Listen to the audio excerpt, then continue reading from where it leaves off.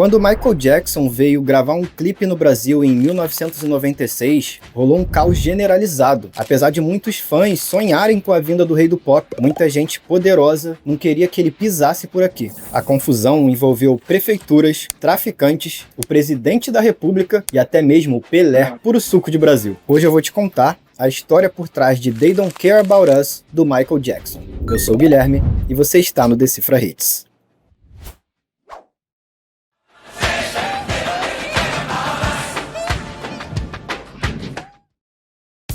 Foi no Brasil que o Michael Jackson gravou um dos seus clipes mais assistidos do YouTube, o da música They Don't Care About Us. E apesar da gente estar falando do artista mais talentoso que já pisou nesse planeta, gravar essa música não foi uma tarefa nada fácil. Esse acabou sendo o clipe mais difícil e controverso da carreira dele. A canção teve versões banidas, censuradas e levantou tantas polêmicas que o rei do pop teve que pedir desculpas publicamente pela letra. Para as cenas no Brasil, os governantes tentaram barrar as filmagens, e o clipe foi gravado com a vigilância de 60 homens subordinados ao traficante dono do morro, o Marcinho VP. Nessa fotografia vocês podem ver o grande astro Michael Jackson descendo o morro da Dona Marta, e esses caras de rosa que vocês estão vendo são homens contratados por Marcinho VP para fazer a escolta do cantor. Mas como foi que o Michael Jackson veio parar no Brasil? Ele realmente teve que negociar com traficantes? E quem são e onde estão hoje os brasileiros que tiveram a honra de conhecer o rei do pop? Para entender isso, a gente precisa voltar para 1995.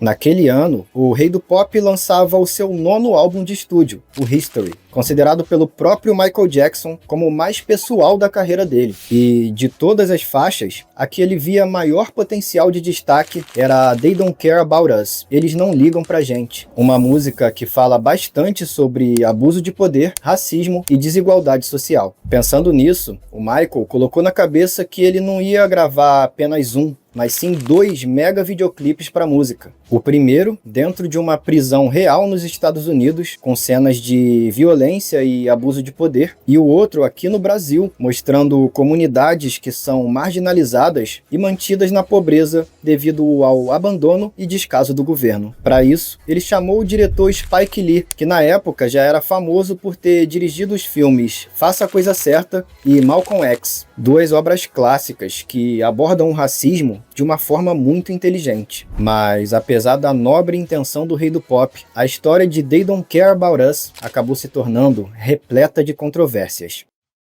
A versão da prisão americana foi a que estreou primeiro e já causou diversas polêmicas assim que ela foi lançada. O clipe mostrava cenas pesadíssimas de violência, brutalidade policial e até mesmo fuzilamentos. As imagens eram tão gráficas que algumas emissoras se recusavam a exibir o clipe, e canais grandes como a MTV e a VH1 só exibiam o clipe depois das 9 horas da noite. Além disso, a própria letra da música também sofreu censura. Num dos trechos, o Michael canta: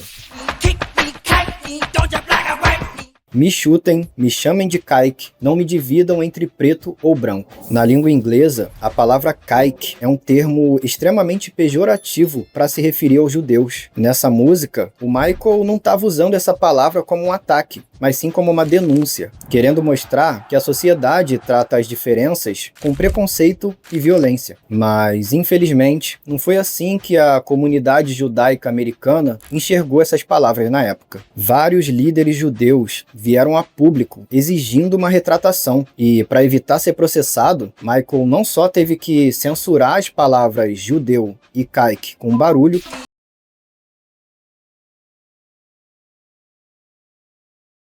mas também precisou emitir um pedido formal de desculpas para a comunidade judaica. Na música, eu sinto que eu representei as vozes dos oprimidos e dos atacados. Essa foi minha única intenção. Lamento muito e peço desculpas do fundo do meu coração se feri os sentimentos de alguém ao expressar os meus. Mas, apesar do pedido de desculpas, os problemas de Michael com They Don't Care About Us estavam apenas começando. E, por incrível que pareça, essas polêmicas que aconteceram lá nos Estados Unidos ainda eram bem pequenas perto do que estava prestes a acontecer aqui no Brasil. Os problemas começaram em janeiro de 1996, antes mesmo do Michael Jackson chegar no Brasil. Ele e o Spike Lee tinham decidido que iam gravar em 2 locais, o bairro do Pelourinho, no centro histórico de Salvador, na Bahia, e a favela Santa Marta, na zona sul do Rio de Janeiro. Mas para isso, o Michael Jackson e a sua equipe precisavam de 2 autorizações. A primeira seria a autorização do governo local. Aliás, a gente está falando do artista mais amado da história e também o mais perfeccionista. Então o governo ia precisar preparar um pesado esquema logístico, com policiamento, bombeiros, ambulâncias, fechamento de ruas e várias outras providências. E a segunda autorização seria dos donos do morro, já que, infelizmente, nosso Brasil não tem soberania nacional no próprio território, então, infelizmente, tem lugar que nem a polícia entra. Na verdade, o Brasil tem soberania sim, né? E o governo só não retoma esses territórios porque não é de interesse deles. Mas isso a gente vai falar mais pra frente. Bom, a autorização para gravar em Salvador até que foi bem tranquila para a equipe do Michael conseguir. Até porque o governo de lá sabia que o clipe dele poderia aquecer o turismo local, movimentar o comércio e trazer muito dinheiro para a cidade. Mas para o meu Rio de Janeiro, a coisa não foi tão fácil assim não. Acontece que, na época, a cidade estava se candidatando para sediar as Olimpíadas de 2004, um evento muito cobiçado pelos políticos, justamente devido ao potencial de trazer muita grana para o bolso deles. Então, o governador do Rio de Janeiro na época, Marcelo Alencar, foi totalmente contra a ideia de autorizar a gravação do clipe de Michael Jackson na cidade. Ele temia que o vídeo mostrasse um lado do Brasil que o governo preferia esconder, as desigualdades sociais e o abandono das comunidades mais pobres. Em outras palavras, ele achava que o clipe poderia manchar a imagem do Brasil lá fora. E foi com esse argumento que ele tentou, de todas as formas possíveis, impedir que a filmagem acontecesse. O secretário estadual de turismo na época, Ronaldo César Coelho, sim, o irmão do comentarista, estava fechadaço com o governador nessa ideia e chegou a pedir para o Itamaraty, que é o Ministério de Relações Exteriores do Brasil, para que negasse a entrada do Michael Jackson e do Spike Lee no país. Não serve ao Brasil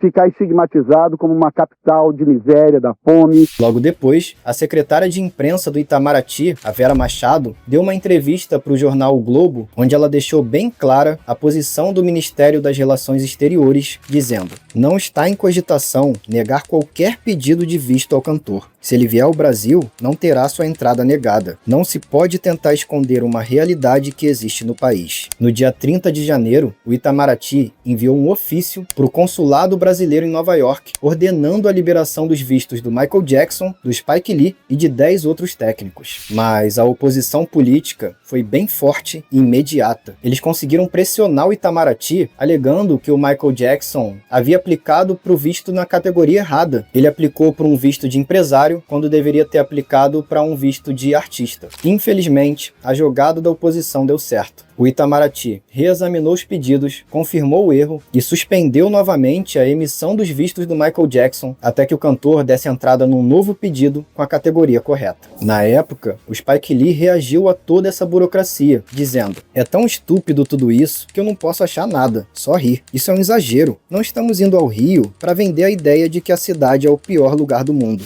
A polêmica gerou conflito até entre o município e o estado do Rio, porque enquanto o governador era contra a vinda do rei do pop, o então prefeito, César Maia, era a favor. E não só decidiu conceder um alvará de autorização para a vinda do astro e gravação do clipe, mas também mandou uma carta convidando o Michael Jackson para assistir o desfile das escolas de samba no carnaval e passar o Réveillon daquele ano no Rio de Janeiro. Mas apesar de parecer que estava tudo resolvido, o alvará do prefeito também não durou por muito tempo. Porque pouco tempo depois, o advogado Jorge Beja entrou com uma ação popular contra o prefeito do Rio de Janeiro e contra a Skylight, que era a produtora brasileira contratada para a gravação do clipe do Michael Jackson. O argumento, por enquanto vencedor, foi o de que o clipe prejudicaria a imagem da cidade e do estado no exterior. O advogado afirma na ação que nenhum cantor deveria ter a liberdade de expor a pobreza alheia para ter lucro. E no dia 5 de fevereiro, o juiz Lucas Felipe Haddad aprovou a liminar, suspendendo a gravação do clipe por 20 dias. Isso preocupou bastante a equipe do Michael, já que eles estavam previstos para chegar na cidade naquela mesma semana.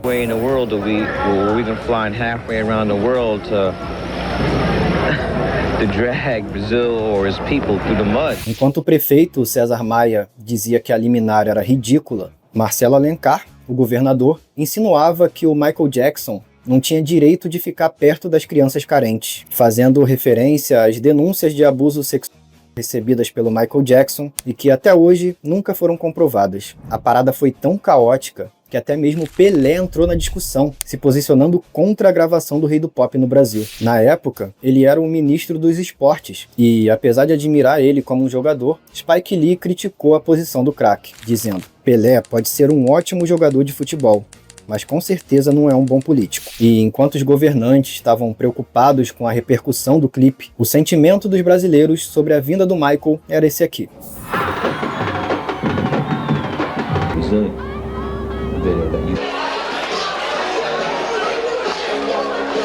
A comunidade ansiava pela vinda do Michael Jackson e pela visibilidade que ele daria às injustiças sociais dos moradores da favela. Mas o comportamento dos governantes parecia apenas confirmar o título da canção, que aliás também era a primeira frase do clipe, gravada em português pela jornalista Angélica Vieira. Michael, eles não ligam pra gente. Foi nesse momento que os verdadeiros protagonistas do clipe, os moradores da comunidade, finalmente tiveram voz em toda essa discussão. José Luiz de Oliveira, o então presidente da Associação de Moradores da Favela Santa Marta, fez um abaixo-assinado na comunidade pedindo a liberação da gravação do clipe, coletou diversas assinaturas e enviou direto para o presidente da República, Fernando Henrique Cardoso. A carta dizia: o cachê que vamos receber vai contribuir para melhorarmos a creche e dar um passo para abrirmos o ambulatório que está fechado. Se o governador não quer que os turistas vejam a pobreza, ele que jogue uma lona em cima das favelas, ou então transforme o morro em Copacabana ou Ipanema. E quando parecia que eles iam ter que procurar outro lugar para gravar, entrou em jogo o ator Antônio Pitanga, um dos nomes mais importantes do cinema brasileiro. Na época, o Antônio estava no seu último ano como vereador do Rio de Janeiro, e o seu maior objetivo era trazer visibilidade aos problemas de pobreza e desigualdade social na cultura brasileira. Antônio entrou com um mandado de segurança recorrendo contra a liminar do juiz, se baseando num artigo da Constituição que proíbe a censura de obras artísticas. E no dia seguinte veio a notícia que todo mundo esperava. No início da tarde, o desembargador Humberto Ferri, da Terceira Câmara Civil, cassou a liminar e proibia a gravação do clipe na favela. Finalmente, eles conseguiram a autorização do governo para gravar o clipe, e dessa vez ninguém recorreu da decisão. Mas, infelizmente, os problemas ainda não tinham acabado, porque no Rio de Janeiro, meu amigo, a equipe de Michael ia precisar também de uma outra autorização, a da facção criminosa que comandava o Morro Dona Marta. No dia 8 de fevereiro, um dia antes da chegada do Michael, a Sony, que era a gravadora dele na época, chegou a anunciar que, diante de tantas dificuldades, o Rio de Janeiro estava fora dos planos. Mas o Spike Lee entrou em cena e insistiu em gravar no Rio, dizendo que, se precisasse negociar com o dono do morro, ele mesmo ia fazer isso. Spike então pediu para que a polícia escoltasse sua equipe até a favela Santa Marta, mas a polícia negou ajuda. Até porque, para subir o morro, eles iam precisar fazer uma mega operação de forças especiais e muita gente ia acabar perdendo a vida. Mas o Spike Lee não desistiu. Ele entrou em contato com a Skylight, que era a produtora do clipe no Brasil, e pediu para que eles enviassem alguém para negociar a entrada do Michael na favela. Foi aí que entrou em cena a Katia Lund, que hoje é uma das maiores diretoras de cinema do Brasil, mas que na época estava apenas começando a carreira. E aí o pessoal da produção perguntou pro produtor, Tim Maia, falou assim, mas por que botar uma mulher na favela para fazer esse trabalho? E aí ele falou assim, você acha que eu sou louco de botar um homem lá dentro? Segundo a produtora, a negociação aconteceu apenas com a Associação de Moradores da Favela. Mas cá entre nós, a gente sabe que nada acontece na favela sem a autorização do dono do morro. Naquela época, quem comandava a favela Santa Marta era o Marcinho VP, um dos traficantes mais perigosos e temidos do Rio de Janeiro. Mas, para surpresa de todos, quando soube que o Michael Jackson queria gravar na área dele, ele simplesmente aceitou. Marcinho VP revelou que era um dos maiores fãs do Rei do Pop e deixou claro que com o Michael Jackson lá dentro, o Santa Marta ia se tornar o lugar mais seguro do mundo. Ele ainda disse que a equipe do Michael podia deixar $1 milhão em equipamentos de filmagem nas ruas da favela que ninguém ia encostar um dedo. One guy that runs the favela. And so we had to go see him to make sure that Michael Jackson would be safe. We had to pay him a little money, but he said, while you're here, Michael Jackson and you guys, this will be the safest place in the world. You could put $1,000 bill on the ground and you come back the next night, it's gonna be there. And he was right.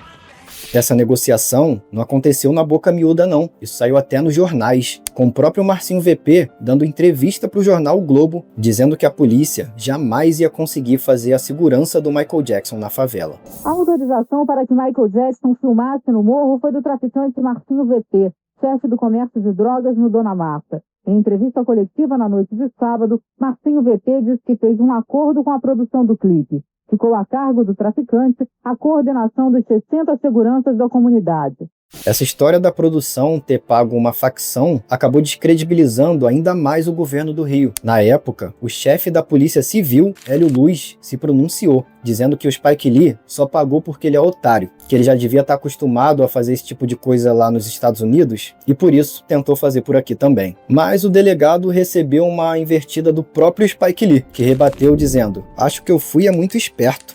Sua polícia parece não ter muita autoridade por lá." Cara, o pior é que tem autoridade sim, mas acontece que existem forças no topo do governo que preferem que essas áreas sejam controladas pelo tráfico. Citando o discurso do atual presidente de El Salvador, Nayib Bukele, o Estado é sempre mais forte do que qualquer organização criminosa. Quando um país não resolve seus problemas de criminalidade, é porque não há vontade de resolvê-los. E, em alguns casos, é porque são parceiros dos criminosos. Então eles obviamente não vão atacar seus parceiros. Enfim, eu poderia passar horas e horas falando sobre isso, mas não é o assunto do vídeo. Quem quiser entender melhor como o Brasil funciona, eu indico assistir o filme Tropa de Elite 2, que pra mim não é nem um filme, é um dossiê do Brasil. Mas voltando pro vídeo, no dia 9 de fevereiro de 1996, o Michael Jackson finalmente pousava no Brasil. Ele desembarcou ao meio-dia no aeroporto de Salvador. Chapéu na cabeça, máscara no rosto. Segundo os assessores que viajaram com ele, o Michael Jackson veio cantando durante o voo inteiro, de tão feliz que ele estava de vir para o Brasil. Na real, ele estava tão encantado com o nosso povo que ele saiu até em público para tirar foto. Ele só não contava que o brasileiro não conhece o significado da palavra limite. O megastar quebrou o protocolo e deu uma volta para ser fotografado ao lado do diretor Spike Lee. Depois seguiu a pé pela pista, dispensando o automóvel que o aguardava. A simpática atitude de Michael Jackson provocou um princípio de tumulto entre os jornalistas e os soldados da aeronáutica que tentavam, em vão, impedir o trabalho de fotógrafos e cinegrafistas. Em pouco tempo, as coisas saíram de controle. Milhares de fãs começaram a invadir o aeroporto e o Michael Jackson teve que entrar rapidamente no carro. Do lado de fora do aeroporto, muita confusão, correria. Do aeroporto, Michael Jackson foi direto para o Hotel Tropical da Bahia, onde ele ia ficar hospedado. Mas mesmo por lá, as coisas estavam longe de se acalmar. Na chegada ao hotel, no centro de Salvador, mais confusão. Ninguém descobriu por onde ele entrou. O cantor Michael Jackson chegou agora há pouco ao seu hotel onde vai estar hospedado. Ele chegou despachado, enganando os fãs e a imprensa. Hospedado na suíte presidencial do 11º andar, o Michael Jackson encomendou diversas frutas tropicais e comidas típicas para experimentar a culinária brasileira. E vendo a forte aglomeração de pessoas do lado de fora, resolveu novamente cumprimentar os fãs. Da janela, Michael Jackson provoca delírio. Como uma forma de gratidão, o Michael Jackson mandou sua equipe distribuir para os fãs diversas fotos autografadas por ele, mas o desespero das pessoas era tanto que a maioria das fotos acabou sendo rasgada na disputa para pegar. Parecia aquelas festas dos anos 90, quando estourava o balão de doce. Tava todo mundo louco. E enquanto isso, o Spike Lee já começava os preparativos para a gravação, que ia acontecer no dia seguinte. Enquanto o astro descansa, o diretor do videoclipe é recebido com festa no Pelourinho. Camisa da seleção brasileira e chapéu do Olodum, Spike Lee conversou com jornalistas. Para quem não sabe, o Olodum é um grupo cultural baiano muito conhecido pelos blocos de carnaval. Inclusive, o Tonho Matéria, que é cantor do grupo, já contou num podcast como que foi essa conexão do Michael Jackson com o Olodum. E Michael Jackson fazia pesquisas de músicas no mundo e descobre a batida do Olodum e manda 6 meses antes, a arritmia da forma que ele queria que fosse para a banda acompanhar. No fim da tarde, Spike Lee foi conhecer as ruas do Pelourinho e marcar os pontos da gravação. Com a banda do Olodum, ele acompanhou o último ensaio. E na manhã seguinte, 10 de fevereiro, chegava o grande dia da gravação. Michael Jackson sacode o Pelourinho no primeiro dia da filmagem do clipe que veio gravar no Brasil. Vindo por um guarda-sol, cercado de segurança, de repente ele aparece na praça. Distantes, os fãs gritam e Michael se aproxima. E ele, que geralmente foge das multidões, pediu que os seguranças abrissem caminho. Queria chegar mais perto dos fãs. Michael passou horas tirando fotos, dando autógrafos, provando a comida local, enquanto alguns artistas parecem ter nojo do Brasil e da nossa cultura. O Michael Jackson demonstrou uma humildade absurda e uma conexão imediata com o nosso povo. Ele volta sorrindo e passa direto para o camarim improvisado. Pouco depois, atravessa a praça e entra num casarão do outro lado. Depois de almoçar aqui mesmo no Pelourinho, Michael Jackson saiu na sacada. Os fãs foram ao delírio. E um pouco depois do meio-dia, finalmente começavam as gravações do clipe. A música começa a tocar e ele aparece dançando na janela. É a primeira cena do clipe gravada na Bahia. Mas o momento mais esperado aconteceu às 3 horas da tarde. Com a camisa do Olodum e muito bem disposto, Michael Jackson desceu para gravar. Início da gravação. Ele dá um show. Os baianos parecem não acreditar no que estão vendo.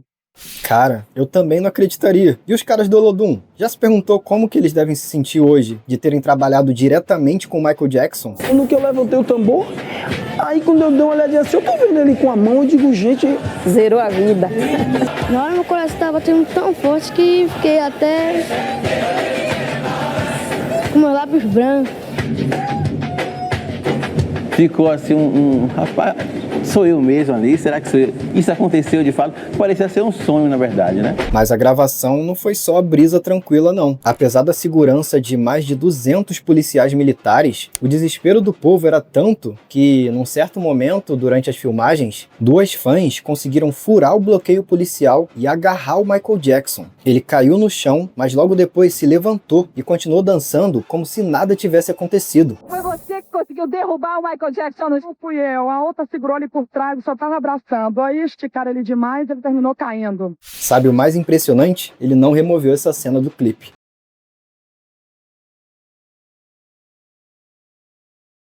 Outra polêmica que aconteceu durante as gravações foi uma atitude do próprio Michael Jackson, que gerou até investigação pela polícia militar. Michael encosta no policial, simula uma agressão e toma o cacetete de um soldado. Em Salvador, a polícia militar está analisando as imagens em que Michael Jackson contracena com policiais na gravação do clipe. Eles foram ao Pelourinho para garantir a segurança do cantor e ninguém foi consultado sobre a inclusão dos policiais na gravação. E adivinha só, ele também não removeu essa cena, apesar de ficar só na versão estendida do clipe. Mas se as gravações em Salvador foram caóticas, meu amigo, no Rio de Janeiro seria muito mais. Aqui no Pelourinho, a equipe do diretor Spike Lee não teve qualquer problema para trabalhar. Já no Rio, a polêmica foi grande.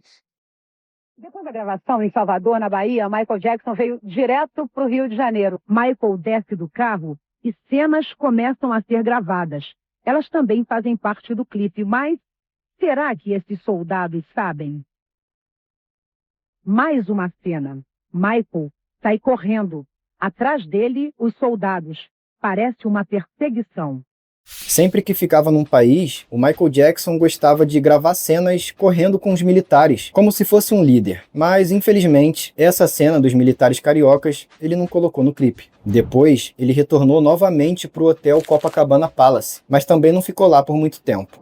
Desceu várias vezes na sacada. Foram tantos beijos e acenos que o que parecia impossível passou a ser questionável. O astro sairia do hotel?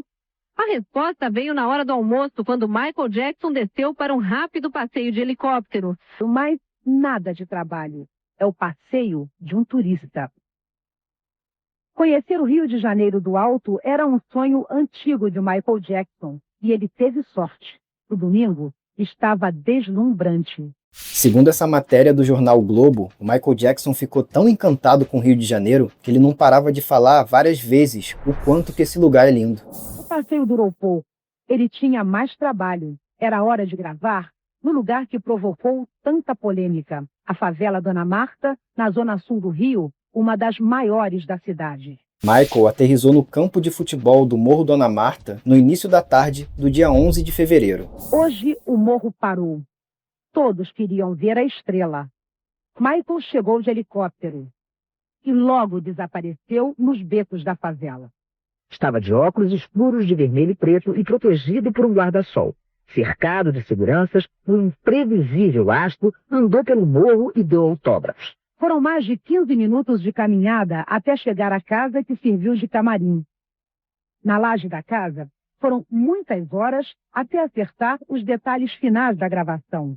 O diretor Spike Lee comandava um exército de mais de 300 pessoas, entre técnicos, câmeras, assistentes e seguranças. Hora de gravar. A segurança vai buscar Michael Jackson. Considerado uma pessoa difícil, exigente, super problemática, ele se mostra simples, simpático e paciente. Mas o astro é perfeccionista e percebe até mesmo que sujou a calça durante a subida. A mancha não sai. Tudo bem. Esse detalhe eu tive que procurar no clipe oficial. E não é que essa manchinha tava lá mesmo, cara. Um fato curioso é que, apesar de todo esse contato com o povo e com os fãs, o Michael Jackson não deu nenhuma entrevista durante essa passagem pelo Brasil, exceto por essa única resposta à pergunta da Glória Maria. Claro que o Michael Jackson não dá entrevista porque ele tem que manter a imagem de um mito, mas a gente pediu e ele aceitou dizer uma palavra para os brasileiros. Michael, tell me something for the Brazilian people, please. I love you, Brazil. Depois das gravações, o Michael Jackson voltou pro hotel, mas novamente não ficou por muito tempo. Ele queria dar uma voltinha na cidade. Início da tarde, ele deixou o hotel em direção ao Forte de Copacabana. A caminhonete foi cercada pelos fãs. Em seguida, ele foi até a Galeria VIP, em Ipanema, e tentou agir como uma pessoa normal, fazendo compras. Mas digamos que isso não deu muito certo. O superastro, sempre imprevisível, desceu do carro e andou pela rua como qualquer mortal. Michael Jackson estava de máscara, protegido por um guarda-sol, acompanhado de crianças e com poucos seguranças. Primeiro entrou numa loja de instrumentos musicais para comprar o que não encontra tão facilmente nos Estados Unidos: tamborim, reco-reco, agogô, viola caipira e cuíca. Na loja de CDs, a decepção. As coleções dos Beatles e dos Beach Boys que queria não estavam à venda. Ali só se faz locação. Do lado de fora, os fãs deliravam. Michael Jackson ignorou a segurança e saiu da loja várias vezes. Se aproximou e tentou cumprimentar os fãs. Distribuiu dezenas de autógrafos. Michael comprou sacolas e sacolas de brinquedos e instrumentos musicais. Deu presentes a crianças que furaram o bloqueio. Rogério, de 11 anos, ganhou dinheiro do ídolo. $10. Vou comprar uma fita dele pra me ouvir no meu Walkman. E eu dei R$1 pra ele de lembrança também. E para sair da loja, mais confusão. O furacão Michael Jackson parou o trânsito. A segurança foi reforçada. A estrela, para sair do shopping, enfrentou um corredor polonês até chegar no carro. Depois, Michael Jackson voltou novamente pro hotel, onde fez sua última despedida ao Brasil. Os fãs vão ficar até a última hora em frente ao hotel. Eles gritam, imploram, choram e cantam. Da varanda do hotel, com 2 discos de ouro nas mãos, ele se despede do Rio de Janeiro. Na comunidade Santa Marta e na Bahia, o povo agradecia a visita do Michael Jackson e a visibilidade que ele estava dando a toda a injustiça social dos habitantes da favela, o que acabou sendo uma forte mensagem para os interesses de certos governantes que não se importam com a gente. No dia 26 de junho de 2010, foi inaugurada uma estátua de bronze do Michael Jackson no topo do Dona Marta. E mais de 30 anos depois do clipe, nada no Brasil mudou. Na verdade, só piorou. Na Bahia, hoje hoje você não pode nem mais tirar uma foto sem estar correndo risco de vida. E no Rio de Janeiro, os traficantes já até tiraram fotos com um fuzil pendurado no rei do pop. E pouco tempo depois, os ladrões conseguiram a proeza de roubar os óculos da estátua. Aqui é o Brasil! Todo esse rolê só comprova, tragicamente, a ideia principal de They Don't Care About Us. O Brasil é um país largado pelo Estado na mão das facções, que hoje já controlam 20% do nosso território. E eu acho que isso só vai mudar quando o Felca fazer um vídeo sobre isso. E no final das contas, um clipe que os governantes fizeram o possível e o impossível para ocultar, acabou fazendo muito mais pela comunidade do que os próprios governantes. Mas esse não foi o único clipe caótico gravado por um artista estrangeiro no Brasil. Em 2003, o Snoop Dogg virou o Rio de Janeiro de cabeça para baixo para conseguir gravar o clipe da música Beautiful. Para saber mais sobre essa história, é só clicar nesse vídeo que está aparecendo aqui em cima. E se quiser ver histórias sobre outras músicas do Michael Jackson, é só clicar nessa playlist que eu estou deixando aqui do lado. Muito obrigado pela sua companhia e te espero no próximo vídeo.